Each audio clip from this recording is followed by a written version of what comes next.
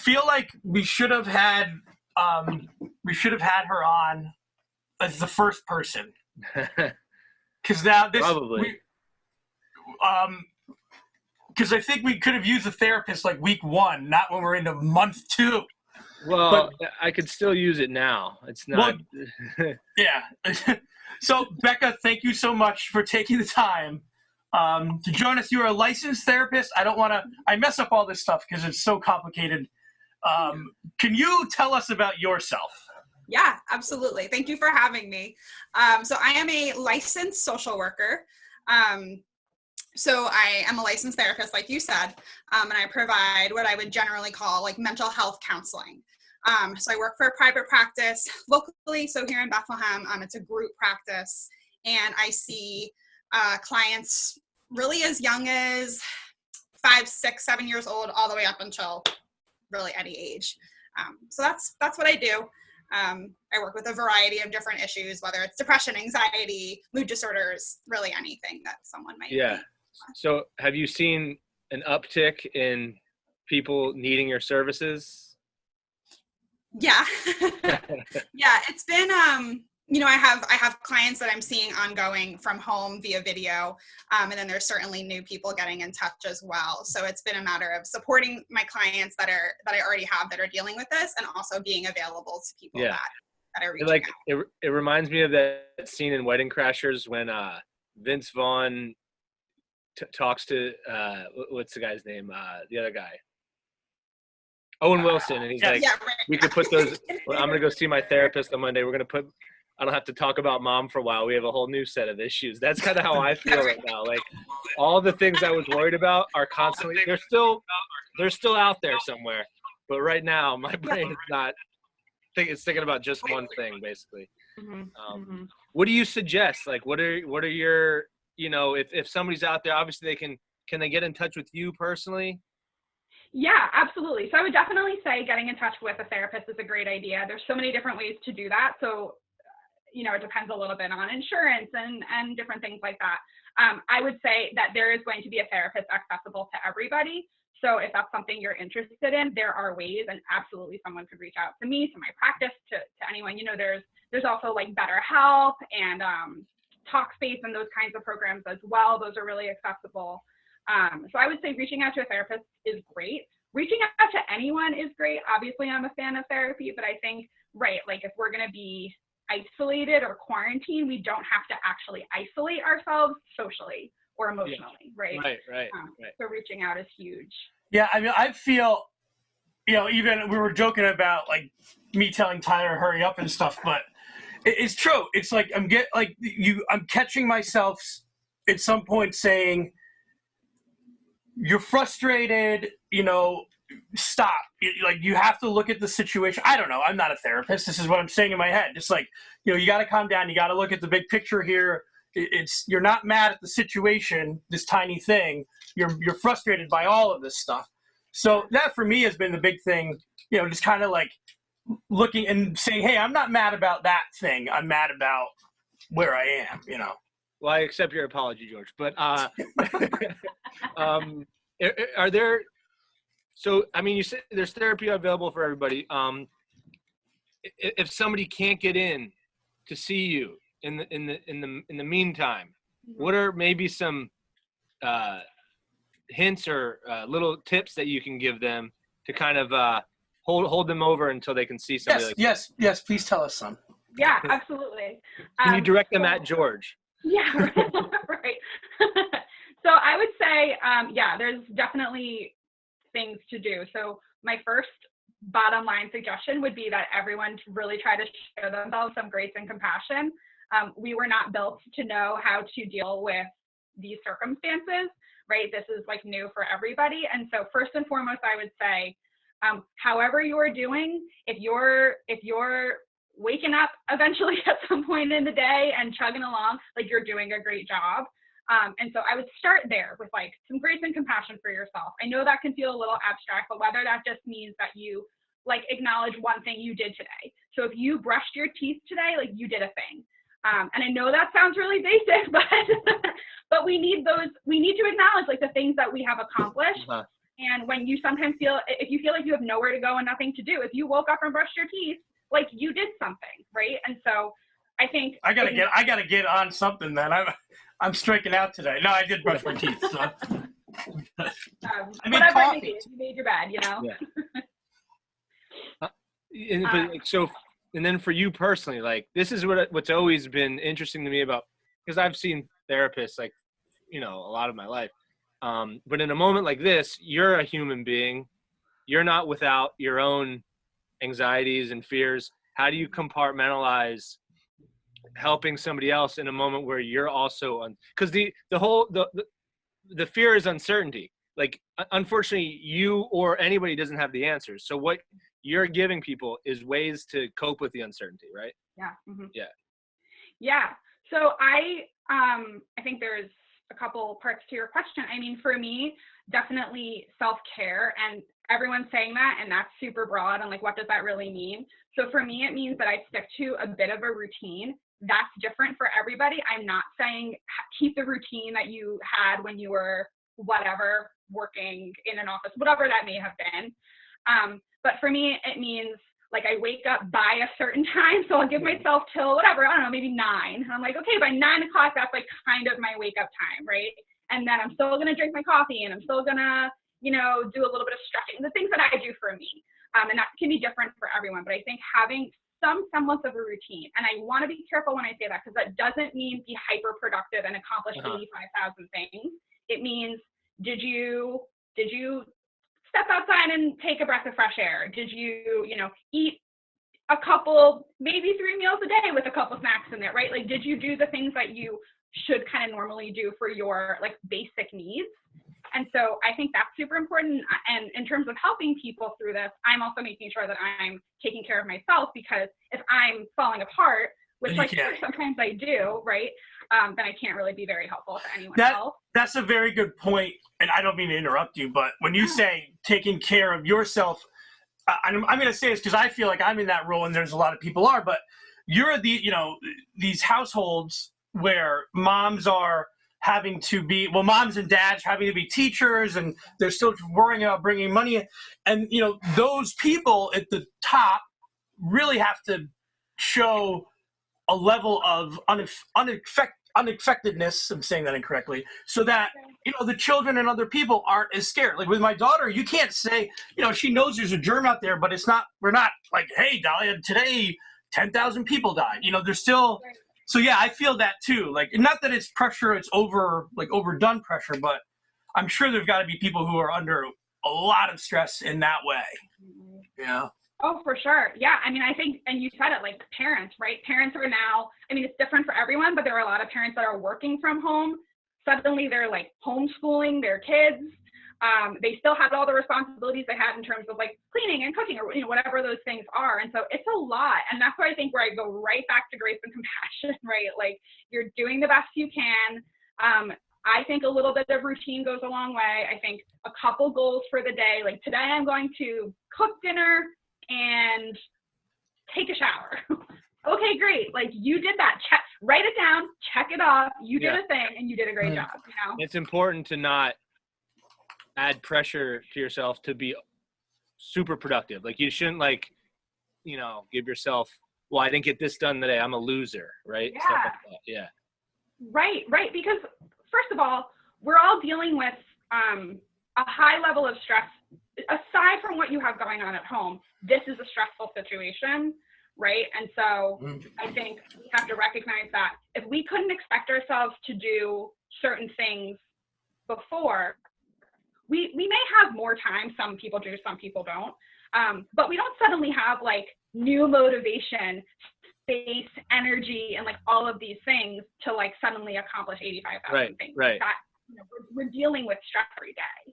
Yeah. I mean, I know I'm going through that too. Like you, and like, you're married to Ryan, who's at Arts Quest, and we're doing shows there. And sometimes I, creatively, like, you're like, this is basically, you have all the time in the world to write a screenplay or do the show, the virtual show. But then I catch myself like trying to be like funny or creative and being like, well, there's people in bad shape right now. Why am I enjoying this time? Like, how dare I like but then you go back. So it's not like free brain time. Like there's Yeah, still yeah. like stress and what are like, how do you, I don't give away your, the recipe here, but when it comes to, please give it away. Yeah, I'm happy to. news, like Can I say that again?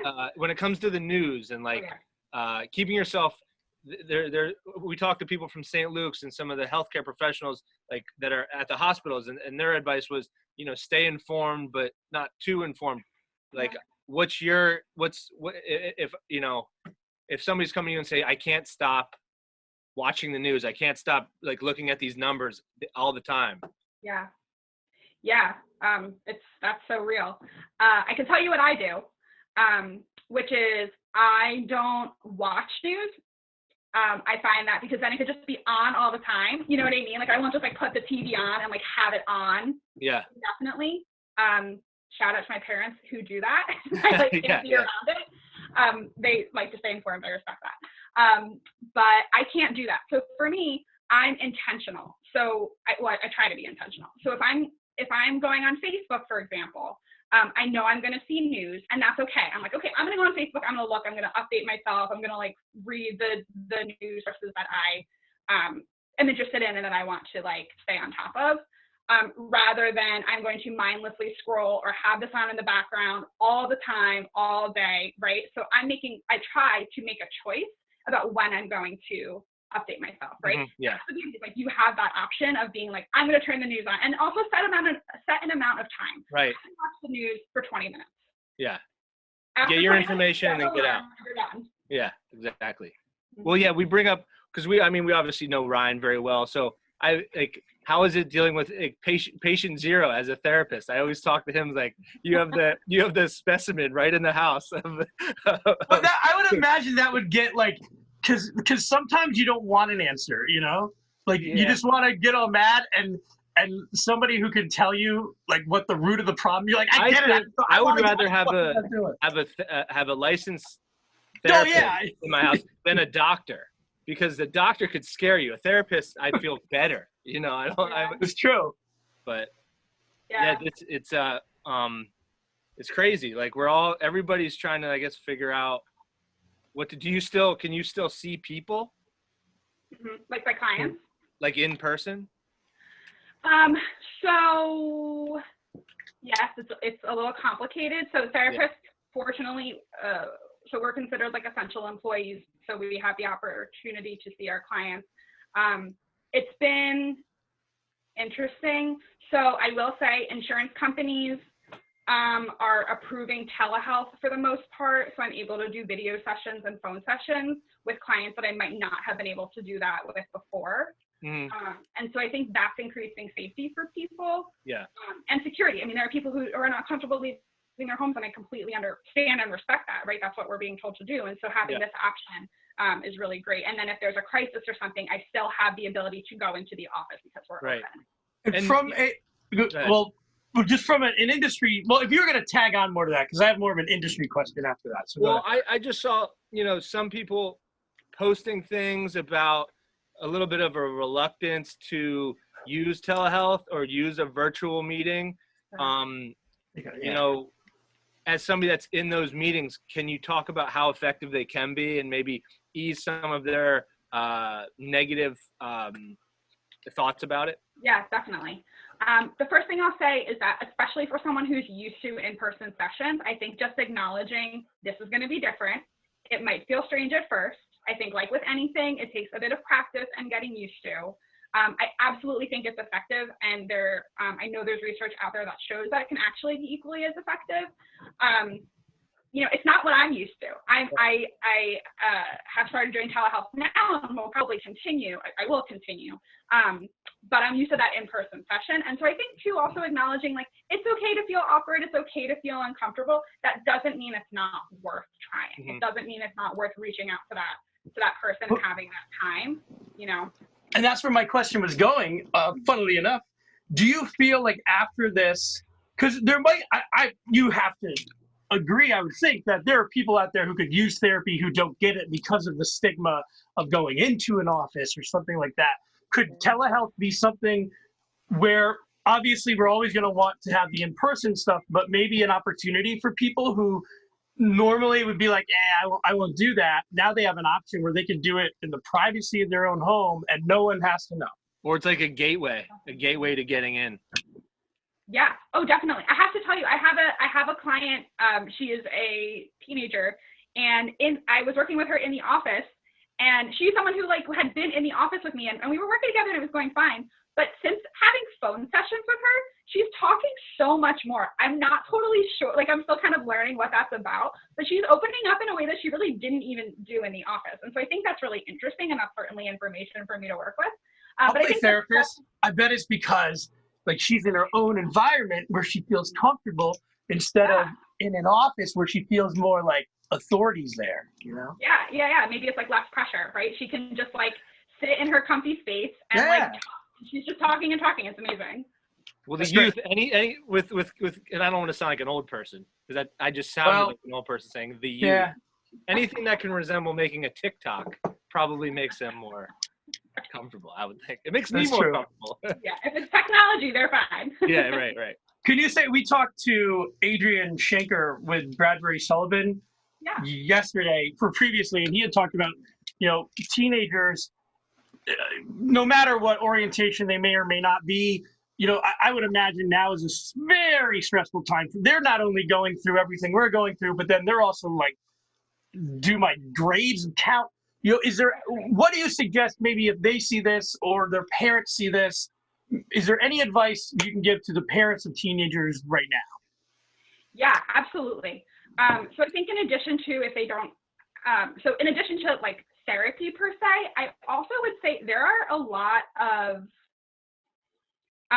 virtual extracurriculars going on right now. I can speak to that as like a dance teacher. I'm teaching dance at home. I'm teaching my classes and it's on Zoom where the kids are signing in. I'm taking attendance, so I know that they're there. And so it's really, and I say that because I think there's like an accountability and a feeling of like they're noticed, they matter. I know that they're there or not. And if they're not there, I'm like, hey, I missed you. Where were you? Right. Yeah. And so there's a lot of that going on. I mean, if they're already involved in something, I would check and make sure, you know, are they doing something virtually for them?